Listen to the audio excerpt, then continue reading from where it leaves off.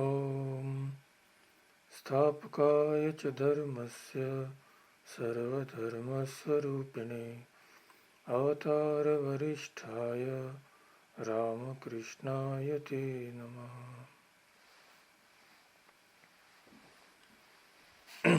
Welcome everybody.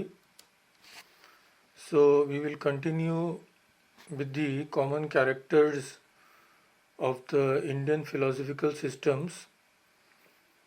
Last time we had discussed the first character. The most striking and fundamental point of agreement between all the systems of philosophy is that they all consider it a practical necessity and cultivate it in order to understand how life can be best led. The aim is to lead our lives in a good way, in the best possible way. This is the aim of philosophy. It is not merely the satisfaction of intellectual curiosity, but a genuine search for truth. That is why we see that in all philosophical systems, right at the beginning, they tell us how that system can help us to lead our lives in the best possible way and what will be the result of that. The result of uh, leading the life in the light of the philosophical teachings. And we had also discussed that, contrary to the popular belief, Indian philosophy is not a pessimistic philosophy.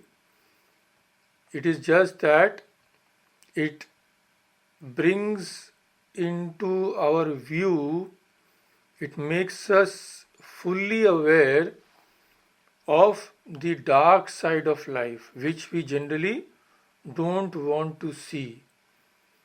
So it makes us aware and makes us face the truth boldly, because the ancient sages say that they have discovered that life as it is being thoughtlessly led is a mere sport of blind impulses and unquenchable desires, which inevitably must lead to misery today or tomorrow. So, this we had seen last time. Today we will discuss the next common characteristics, the other common characteristics. So, the second one is the faith which each philosophical system has in an eternal moral order. This concept of an eternal moral order dominates the entire history of Indian philosophy. This inviolable moral order is called Rita. You must have heard this term Rita. In the Vedic religion, Rita is said to be the principle of natural order which regulates and coordinates the operation of the universe and everything in it. This is Rita. Now, as we have already seen in the classes here, that each Sanskrit word is derived from a root.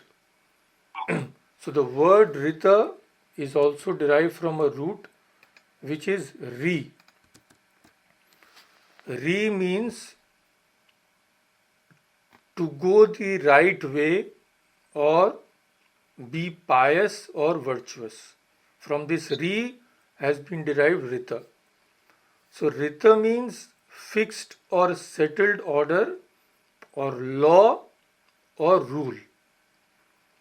In the hymns of the Vedas, Rita is described as that which is ultimately responsible for the proper functioning of the natural, moral, and sacrificial orders.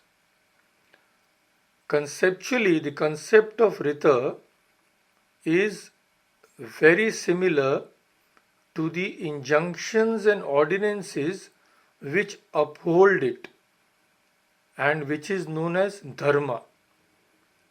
And the action of the individual in relation to these ordinances is referred to as karma.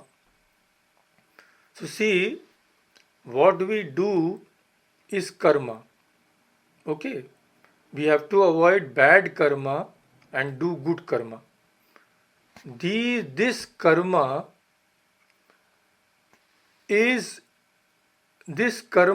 upholds dharma. Depending on our karma will determine whether dharma is upheld in our life or not. And when dharma is upheld, then automatically it will lead to the proper functioning of this universe. So it will lead to Rita. This is the thing. Karma determines dharma.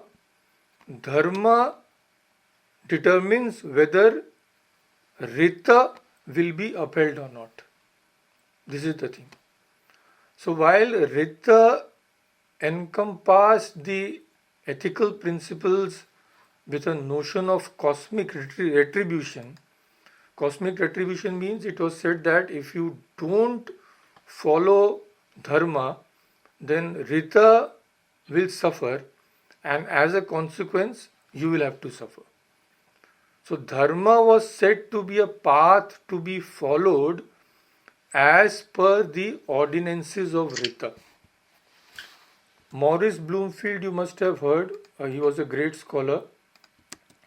So Maurice Bloomfield referred to Rita as one of the most important religious conceptions of the Rig Veda, and said that from the point of view of the history of religious ideas, we must begin the history of Hindu religion at least with the history of this conception. This conception means the conception of Rita. And according to the Encyclopedia Britannica, Rita is the physical order of the universe, the order of the sacrifice, and the moral law of the world. Moral law of the world. Also, it is the law which governs the physical universe. So because of Rita, the sun and moon pursue their daily journeys across the sky, and the seasons also proceed in a regular movement. So in short, we should remember this. Rita is the divine law that makes everything behave the way they should. This we should remember. Everything, physical, mental, moral, Rita is the law that makes everything behave the way it should. And when it does not do so, means Rita has been hampered. This means there has been some bad karma or adharma somewhere. So the concept of Rita as the eternal law, which deserved utmost respect, was so ingrained in the Vedic sages that they thought of two gods as its custodians. It was in the custody of two gods according to the Vedas. See, allegorically we have to understand this. So according to the Vedas, Rita was guarded by Varuna, a Vedic god, you must have heard the name, who was assisted by Mitra, the god of honor. And it was said in the Vedas that the proper performance of sacrifices to the gods was necessary to guarantee its continuance. This concept of sacrifice is also there in the Gita. Sacrifice is nothing but giving. Sacrifice we should not only understand to light a fire and pour some oblations, no. Sacrifice is giving. When we continue to give, because see, every one of us is receiving something from the world. So as long as we continue to give also, the whole cycle continues in a systematic way. The problem arises when people don't want to give, or they want to get much more than they want to take much more than they are giving. This is the thing.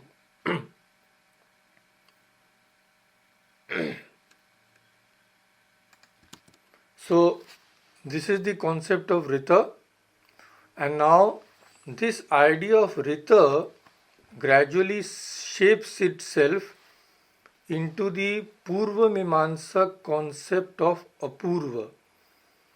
We have already seen from the chart, there is a philosophical system known as the Purva Mimamsa, which is based on the Vedas.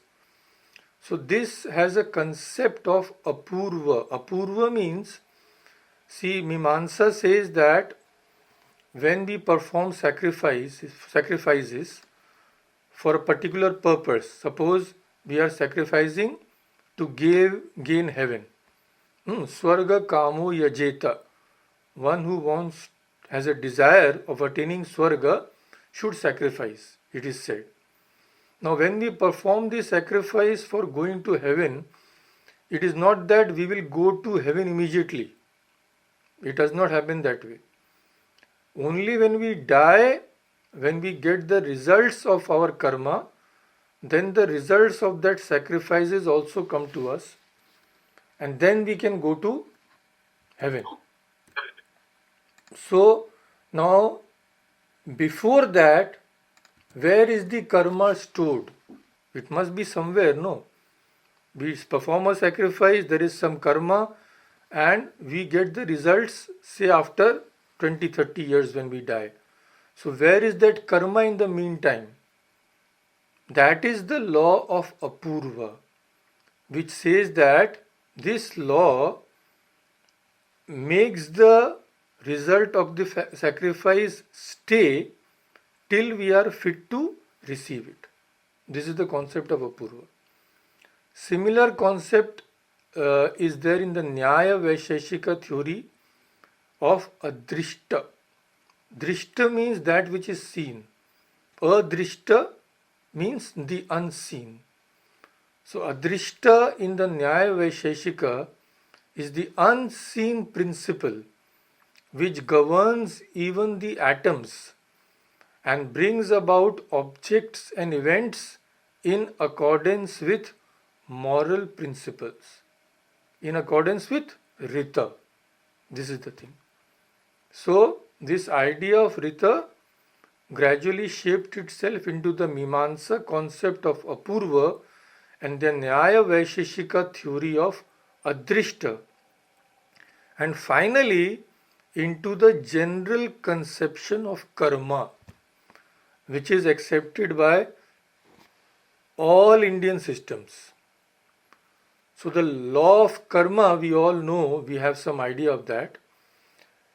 It can be regarded as the law of the conservation of moral values. Simple. Law of conservation of moral values. It says that there is no loss whatsoever in the karma which we perform.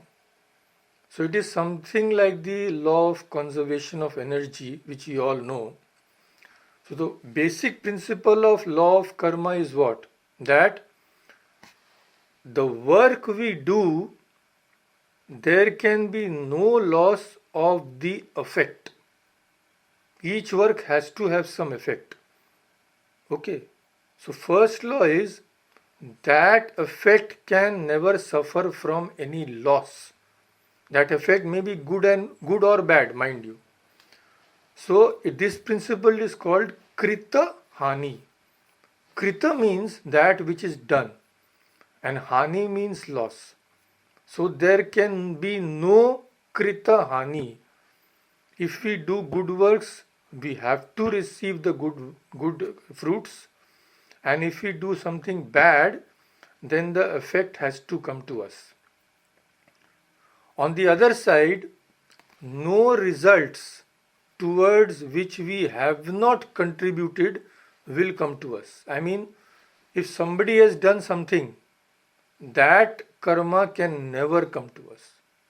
That is called akrita abhyupagama. Akrita means that which has not been done by us. Abhyupagama means coming. So something which has not been done by us, the results of that can never come to us. And something which has been done by us, the results of that we can never escape. In short, this is the law of karma. So there are many types of karma: sanchita karma, agami karma, prarabdha karma. You must have heard. When we discuss the law of karma in detail, we can discuss that. So this law of karma encourages self-effort. When we know that whatever labor we put in anything can never be lost, we are encouraged to work hard, because we know that today or tomorrow we will have to get its result. Fatalism is therefore a misrepresentation of the theory of karma. Fate means if someone says that whatever is to happen has to happen, whatever we may do, it is our destiny. This is a misrepresentation, because it is karma which manufactures destiny. Fate or destiny is nothing but the collective force of one's actions performed in past lives. Purva janma kritam karma. What we have done in past lives. So those can be overcome by efforts of this life if those efforts are sufficiently strong. The force of old habits of this life also can be counteracted by the cultivation of new and opposite habits. If you have a good habit, if we continue to do bad things, those good habits will turn into bad habits. And if we have bad habits, if with a firm resolve we vow to give that up and cultivate good habits, the force of that bad habit will lose, there will be a loss in that force in course of time, and we will acquire good habits. So, describing this, Swami Vivekananda says that we are responsible for what we are. I quote from his works: men in general lay all the blame of life on their fellow men, or failing that, on God, or they conjure up a ghost or say it is fate. Where is fate and who is fate? We reap what we sow. We are the makers of our own fate. None else has the blame, none has the praise. The wind is blowing. Those vessels whose sails are unfurled catch it and go forward on their way. But those which have their sails not unfurled, that means they have their sails furled, do not catch the wind. Is that the fault of the wind? Is it the fault of the merciful Father, whose wind of mercy is blowing without ceasing day and night, whose mercy knows no decay? Is it his fault that some of us are happy and some unhappy? We make our own destiny. Unquote. This is what Swami Vivekananda says. So, this is the concept of Rita, and Dharma and the law of karma are simply reinforce this concept. Our karma determines whether we uphold dharma, and when the dharma is upheld, then Rita functions without any obstacle. Everything functions in the way it should, in our physical as well as mental, moral, and spiritual world. This is the concept of Rita. The third common factor in all the Indian philosophical systems is that, see, we have seen that misery has a cause. We have discussed that in earlier the basic principles of Buddhism also. So, what is the cause of this misery? About this, Indian philosophical systems are unanimous. All of them say that ignorance of the ultimate reality is the cause of bondage, and following that is a cause of suffering also. Ignorance causes bondage, bondage causes suffering. Gita says, Ajnanena avritam jnanam. Our knowledge, avritam, it is covered by what? Ajnana, ignorance. Since it is covered, we suffer. In the Patanjali Yoga Sutras, it speaks of 5 pains. Klesha it is called. What are those? Egotism, attachment, aversion, and clinging to life. Ignorance is the cause of all this. So, Swami Vivekananda says that these are the 5 pains, the 5-fold ties that bind us down, of which ignorance is the cause and the other 4 its effects. Ignorance is the first one, the cause, and from it follows egoism, attachment, aversion, and clinging to life. So Swami Vivekananda says that ignorance is the only cause of all our misery. What else can make us miserable? The nature of the soul is eternal bliss. What can make it sorrowful except ignorance, hallucination, delusion? Unquote. This is what Swamiji says.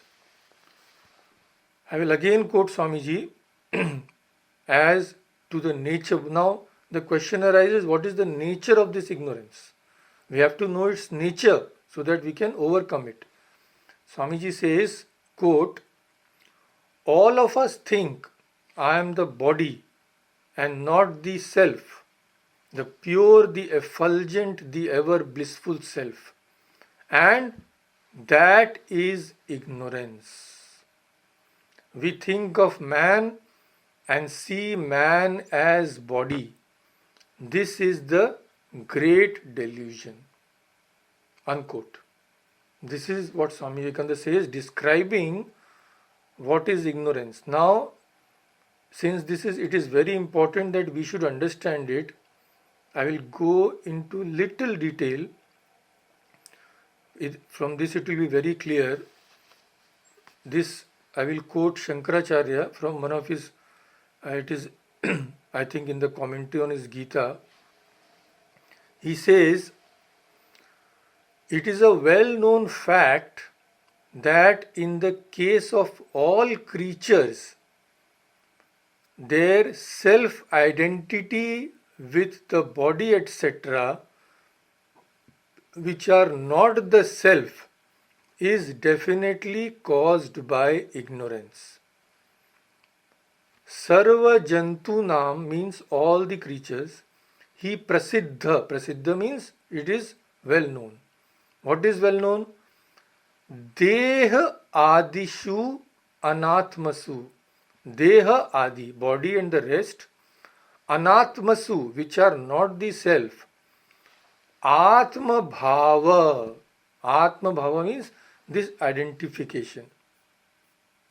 Nischita Avidya Krita. It is Nischita means it is certain that it is Avidya Krita. Okay, then he gives an example. so that we can understand clearly. Yatha means just like, sthano purusha nishchayah.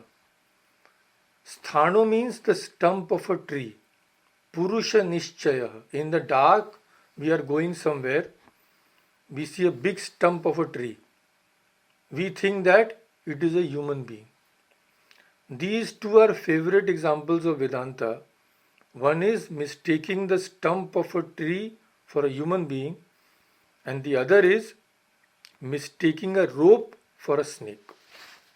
So, yatha sthano purusha nishchaya. When there is, in the twilight, say, we are going, we see a stump of a tree, we think that it is a human being. न च एतावता पुरुष धर्म स्थानो भवति. This is very important. By regarding the stump of a tree as a human being, the qualities of a human being do not come to exist in the stump. See, if you regard as a stump as a human being, will it become a human being? Will the qualities of the human being enter into that? No. Similarly, sthanu dharmo va purushasya. Similarly, the qualities of the stump also do not come into a human being. So the qualities of a human being means what? Consciousness. Okay. So when we regard the stump of a tree as a human being, the quality which is consciousness does not enter into that, because it is a mistake.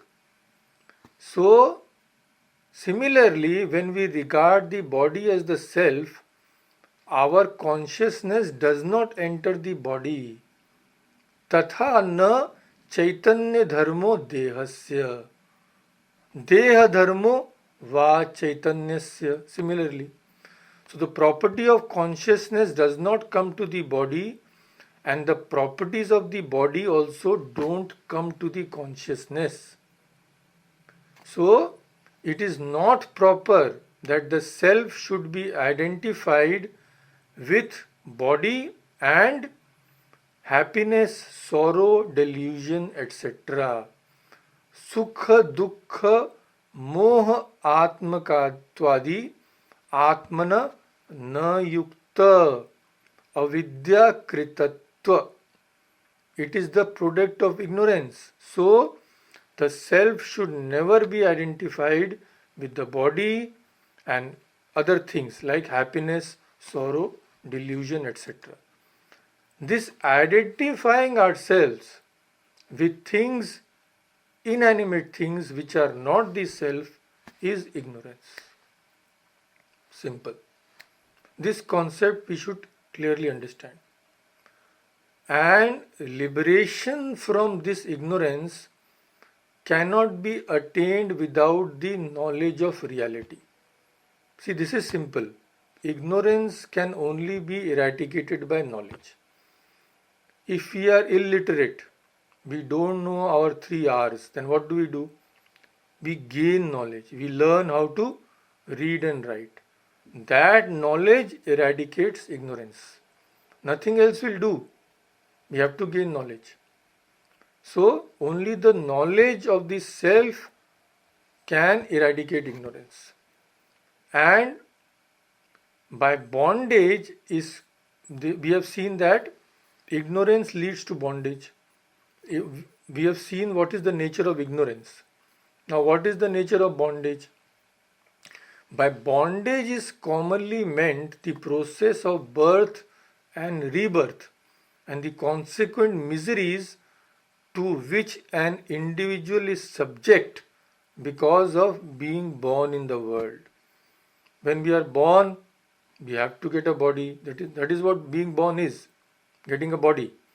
And then rog, shok, jara, vyadhi. Vyadhi is diseases, jara is old age, rog is also diseases, shoka, sorrow, etc. So liberation or mukti means getting rid of this rebirth by identifying ourselves with our real self. And all the philosophical systems say that this state of perfection can be attained even in this life. We don't have to die to attain it. Even in this life, it is called Jivan Mukti. All the great souls,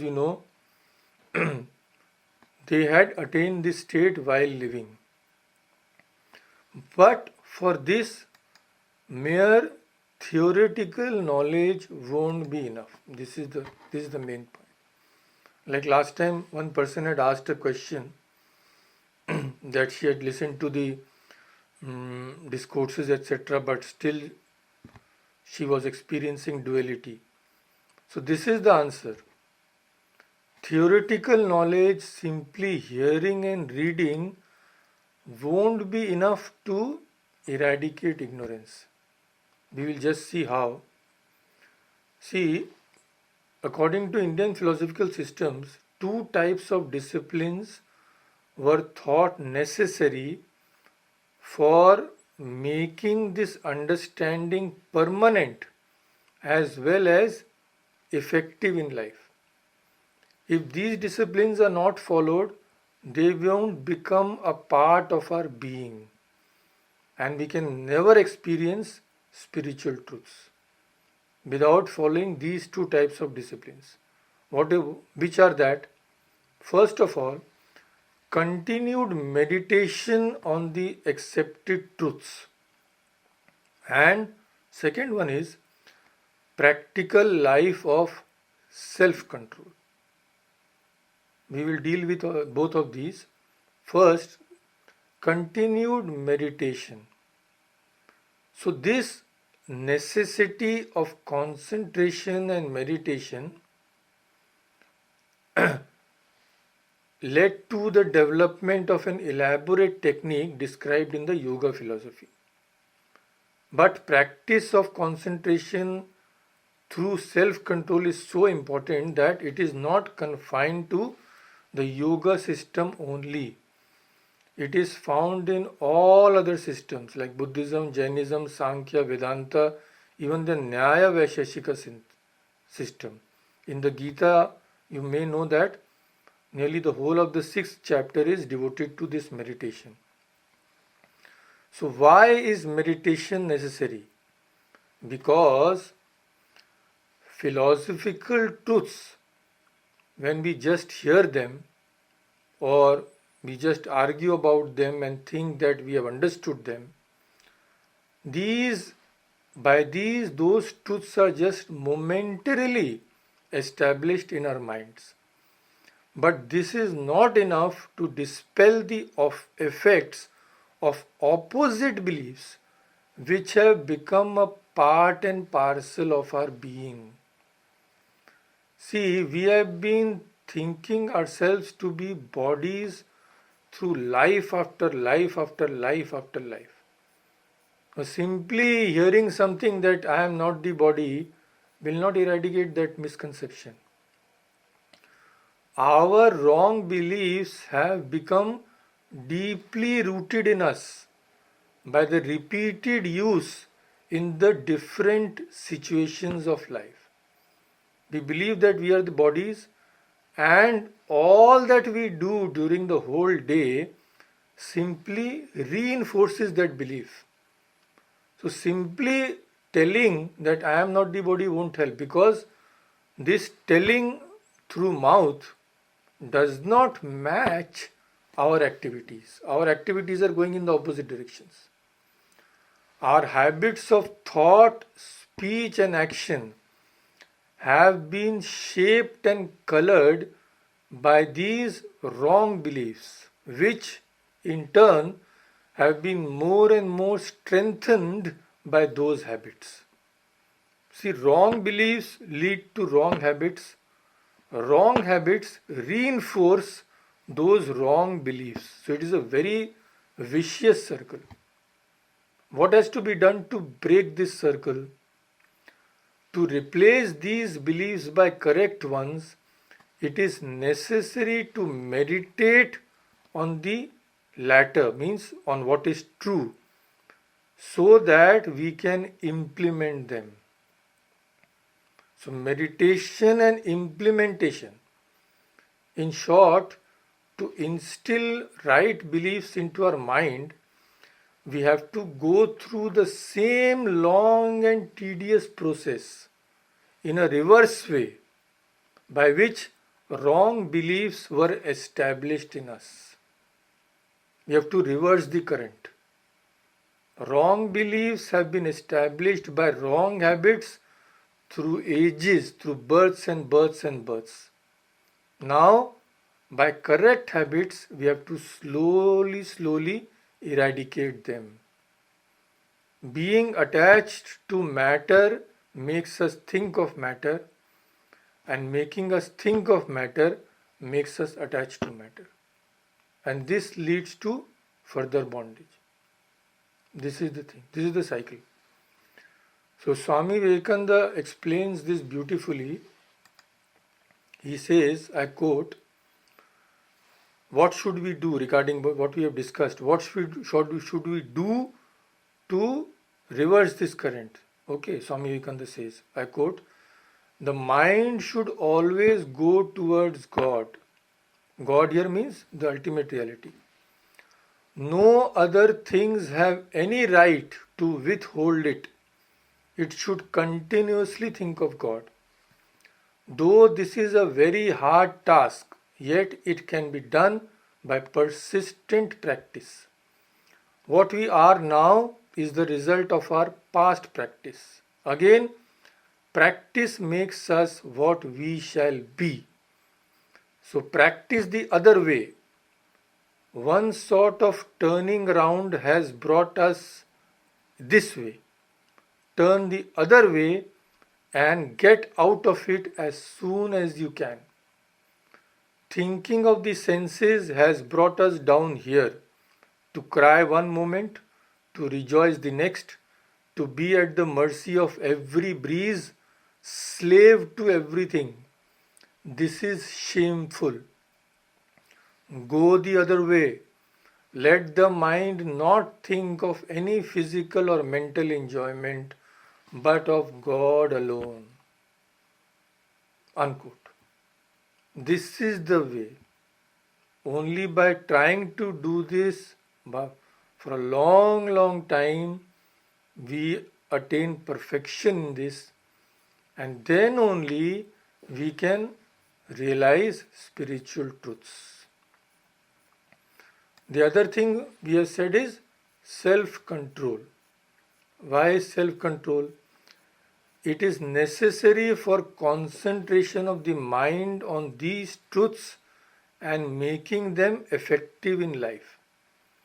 If we don't have self-control, our minds will never be concentrated, and self-control means making these truths effective in our life.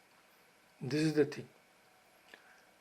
Virtue, if we define as mere knowledge, you see, just mere knowledge of what is right does not always lead to right action.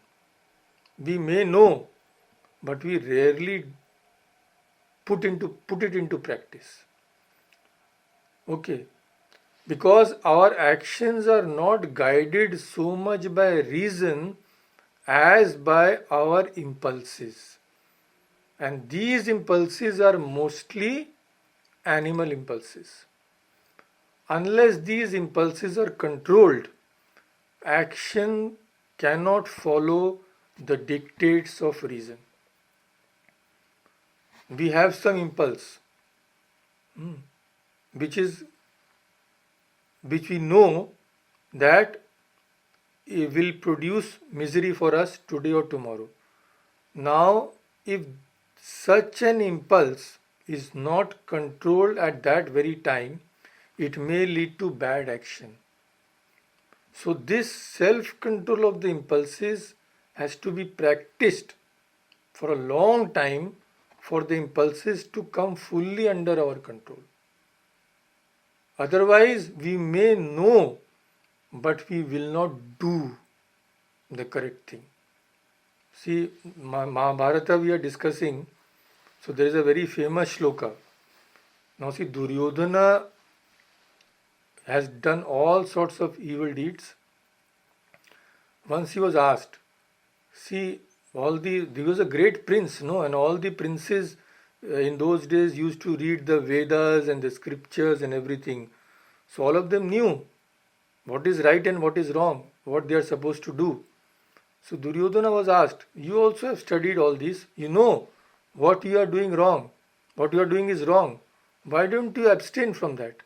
So he says, Janami dharmam nacha me pravritti, Janami adharmam nacha me nivritti. I know what is dharma, but I don't feel pravritti, I don't feel inclined to do that.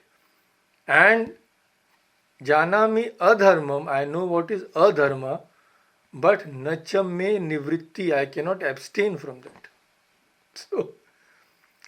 So he could not abstain. Why? Because all those who cannot abstain means we have not practiced self-control long enough. So this is the method. Because our contrary impulses are deeply rooted in our character owing to past misconceptions. And till these are changed, we will never succeed in purifying the mind. What is the chief misconception which we suffer from? That this life is the goal, that we will stay here forever and we will be happy if we can just try. This is the chief misconception. So regarding this, Swami Vivekananda says, I quote, this world is good so far as it helps one to go to the higher world. We always forget that this world is a means to an end and not an end in itself. This world is good so far as it is a means to perfect ourselves, and as soon as it ceases to be so, it is evil. Unquote. So when we keep on thinking in the wrong way due to repeated habits, the sanskaras in our mind become strong. So we are not guided by reason but by our impulses, which consists of raga and dvesha, attachment and aversion. We are not guided by reason but we are guided by these impulses. So when philosophical knowledge about the real nature of things makes us give up our previous wrong beliefs regarding objects, our previous likes and dislikes, see, then what happens is there is a struggle. We gain some knowledge, we know that doing such and such a thing is not correct. But our previous habits goad us to do that. No, do it, you will get some pleasure. So what happens? One part of the mind say, don't do this. Another part of the mind says, go, do this. This leads to conflict. Then starts our struggle. Struggle to become what? Struggle to become non-attached. This struggle is called sadhana. Again I quote Swami Vivekananda. He says, attachment is the source of all our pleasures now. We are attached to our friends, to our relatives. We are attached to our intellectual and spiritual works. We are attached to external objects so that we get pleasure from them. Again, what brings misery but this very attachment? This is what he says. So this is the need for self-control and sadhana. So some other things.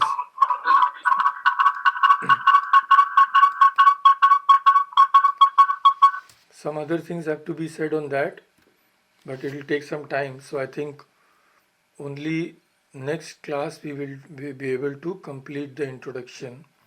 But these are very important points, so I want to go into some detail.